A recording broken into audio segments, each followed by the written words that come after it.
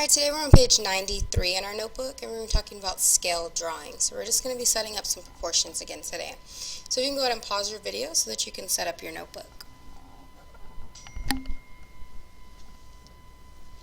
This is your warm-up, so I just want you to solve for x in both of these questions. So I have 3 over 5 is equal to 10.5 over x for number 1, and number 2, I have 36 over x is equal to 6 over 7. And so remember that all you have to do is cross multiply and then divide. So go ahead and pause your video so that you can get your warm-up done. Alright, let's make sure that you got the warm-up correct. So I'm going to cross multiply 10.5 and 5. So I'm going to go ahead and do 10.5 times 5.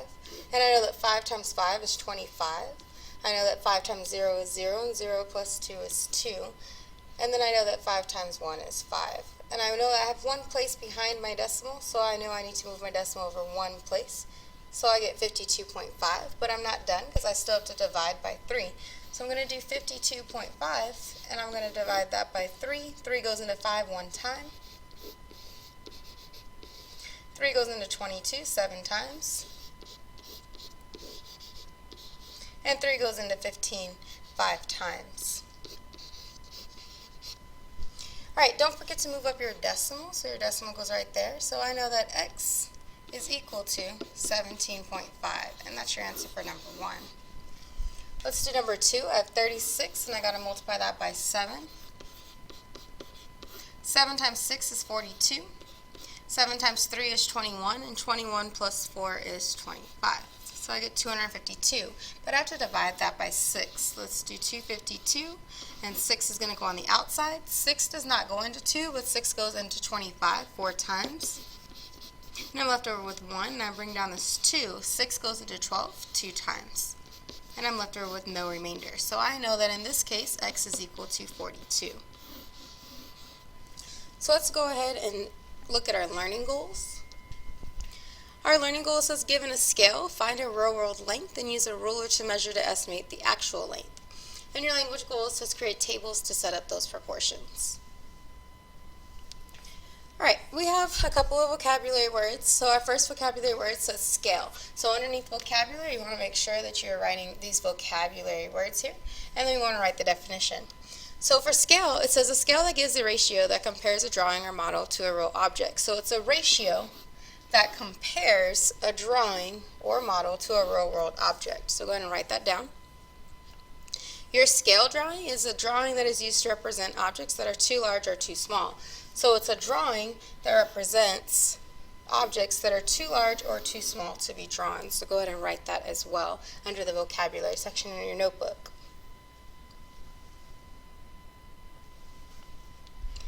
Alright, your next couple of vocabulary words, and these are the last two, it says scale model, and that's a model that's used to represent objects that are too large or too small to be built to actual size.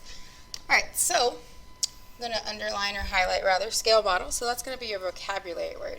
And so it's a model when it says think Legos, so I can build a Lego tower. And then I could represent a building that's in real life, like I could represent Ed White, but I could build it small with Legos. So it's the same thing, that's a scale model. So it's a model that's used to represent objects that are too large or too small to be built at actual size. So go ahead and write that down. The next one is scale factor. And so scale factor, all that is the scale that's written as a ratio without units in simplest form. So it's a scale written as a ratio without units, and it's in simplest form. So go ahead and write those vocabulary words down. Alright, let's look at example A. Example A says the scale on a set of drawings for an apartment is 1 inch is equal to 2.5 feet. Determine the length of each part of the apartment. So what I need to do is take my highlighter, and I want to highlight where it says drawings for an apartment is 1 inch is equal to 2.5 feet. Alright, then it gives us some things here, and then I want to find these actual lengths here. And so what I want to do is I want to use these boxes down here in order for me to do that. So it's already written in there for you where it says draw an actual. Well, see where I put the word drawing and I highlighted that. I want to use this scale factor and I want to put it there because that's the drawing. So I want to put 1 inch were the inches, and I want to put 2.5 feet underneath it because they go together, and I also know that it's feet. And so what I want to do is I'm going to take the living room. This one's going to be my living room. And where I'm getting that information from is this table that's right here. My living room, it says 4.5 inches. Because it has the word inches, I know it goes in my inches column, so I'm going to put 4.5 here. And I know that I can put an X there because I don't know what the feet is. So in order for me to do this, I know I have to cross multiply, and then I have to divide. So I'm going to do 4.5 times 2.5. 5 times 5 is 25, 5 times 4 is 20, and 20 plus 2 is 22. Don't forget your placeholder and cross out the numbers you've already used. So 2 times 5 is 10, 2 times 4 is 8, and 8 plus 1 is 9. So you got to add these up. So I get 5, 2, and 11. I have one place here behind the decimal and one place here behind the decimal, so 1 plus 1 gives me 2. Therefore, I need to move this decimal over 2 places. So I get 11.25, but I have to divide by 1. Any number, if I divide it by 1, is going to give me the same answer. So I know that my answer is x is equal to 11.25, and I know that that's going to be in feet. Don't forget your units. That's very important. So I'm going to go up here, and I want to go ahead and write this. So I'm going to put 11.25 feet in my box up here. Alright, so I got to do the next one. And so the next one is going to be my kitchen. I want to see what the actual kitchen size will be. So again, I'm going to use this scale factor, and I'm going to put it here. So I have 1 inch is equal to 2.5 feet. And instead, I'm going to put the 2 inches in there. And because it's talking about inches, I know it needs to go next to the inches. And so I'm going to put an X here because I don't know what that is. So I have to cross multiply again. So I'm going to take 2.5 and I'm going to multiply that by 2. 2 times 5 is 10. 2 times 2 is 4, and 4 plus 1 is 5. There's one place behind this decimal, so I need to move this decimal over 1 time. So I have 5.0. I have to divide by 1. 5 divided by 1 is just 5. So I know that x is equal to 5 feet. So my kitchen is going to be 5 feet. The last one I have to do is the bedroom.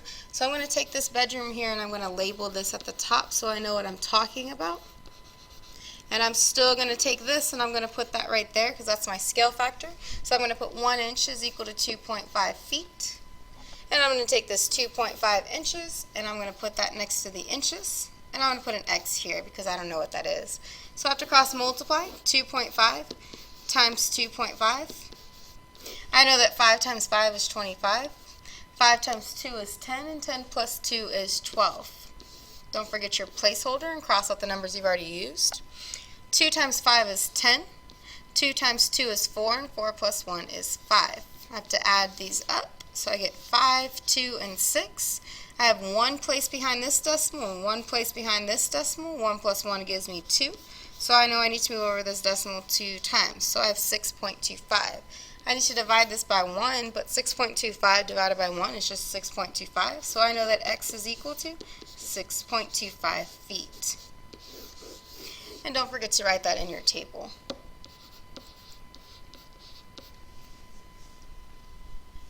Alright, let's go to example B. Example B says, what is the actual distance to the nearest mile from Hagerstown to Annapolis? And so I have a ruler here, and I know that you don't have a ruler in your desk, but you can use the one that I have on the screen for this purpose.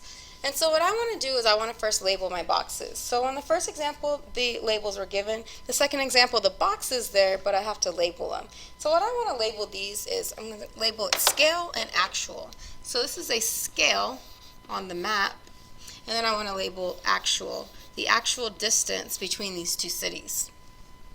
Now what I also want to do is I want to look at my map, and if you notice, I have a scale factor here. It says 1 centimeter is equal to 24 miles. Okay, so I need to use centimeters and miles because those are the two units that are given. So my scale factor is always going to be what they give me on that map, so it's going to go there. So I know that 1 centimeter is equal to 24 miles. Then I have to look at my ruler that I have on my screen.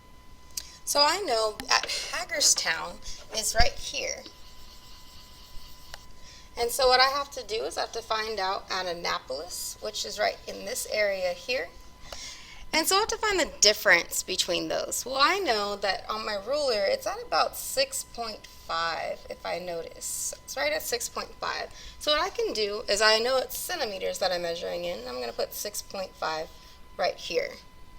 So that's what I measured from my ruler. And then I know in this empty space I always put an X. So in order for me to solve this, I know that I have to cross multiply. And so I have 24 times 6.5. 5 times 4 is 20.